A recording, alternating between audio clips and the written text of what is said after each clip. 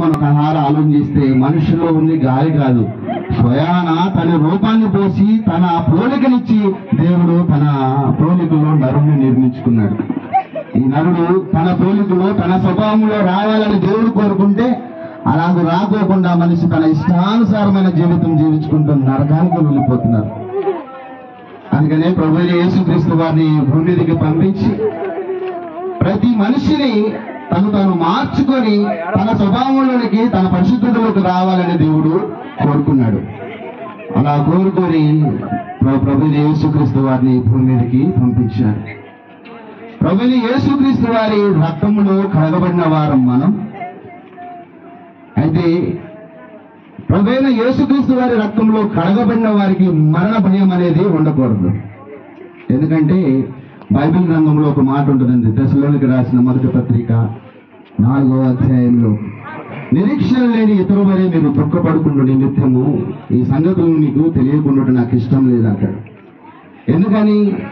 మాకు ఒక నిరీక్షణ ఉంది, చనిపోతే తిరిగి లేస్తామని, చనిపోతే మళ్ళీ బ్రతుకుతామని, చనిపోతే దేవుడి దగ్గర ఆయన రూపంలో ఉంటామని ముందుగానే మనకు తెలియజేయబడింది. ఈ మరణ భయం చేత పూర్వకాలంలో ఉన్న వారందరూ మరణ భయం చేత చచ్చిపోతుంటే ఆ మరణ భయంను తీసివేసి ప్రభువైన యేసుక్రీస్తు వారు జయించాడు మరణాన్ని. భయం జయించి మృత్యుంజయుడే తిరిగి లేచాడు. కాబట్టి ఆయన మరణ వేదనను మనకు తొలగించి ఇక చనిపోయిన మనకు మళ్ళీ బతుకుతామని ఒక నిరీక్షణ మనకు ఏర్పాటు చేశాడు ప్రభువైన యేసుక్రీస్తు వారు.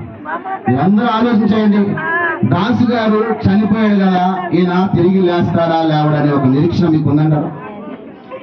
దాసు గారు తిరిగి లేస్తాడని ఒక నిరీక్షణ ఉన్నది.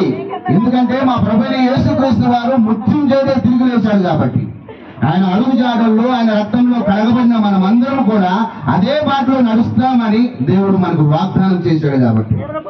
కాబట్టి దాసు గారి గురించి మీరు మాట్లాడాల్సిన విషయాలు కానీ, చిన్నతనం నుంచి నేను చూస్తున్న ఆయన గురించి, ఆయనలో ఇంతవరకు కోపాన్ని నేను చూడలేదు.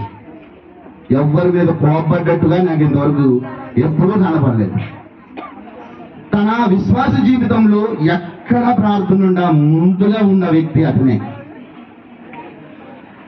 మన సేవకులు తండ్రి గారు ఆయన గురించి గొప్పగా చెప్పిన రోజులు చాలా ఉన్నాయి. దాసు ఒక్క ఆదివారం కూడా మిస్ కాలయ్యా ప్రార్థన కానీ. అలాగనే ఆయన చూసిన యవనస్తులైన మనమందరం ఏం నేర్చుకోవాలి? కాల మరణం చనిపోయాడు, అనుకోని రీతిలో చనిపోయాడు అని మనం అనుకుంటున్నాను. కానీ మరణానికి చిన్న పెద్ద తేడా లేదు. మరణం ఈ వయసులో ఉన్నవారే చచ్చిపోవాలని ఇక్కడ రూల్ లేదు. మరణానికి చిన్న పెద్ద తేడా లేదు. కాబట్టి ఈ కలుసున్న ఈ జీవిత కాలంలో కుటుంబ బంధం, స్నేహ బంధం, ఆత్మీయ బంధం, ఇక పనిచేస్తున్న పని బంధం, ఈ బంధాల్లో అందరూ కూరుకుపోయి ఆ మరణం చూడగానే ఎంతో కన్నీటి మయంతో ఉండిపోతున్నాం మనం.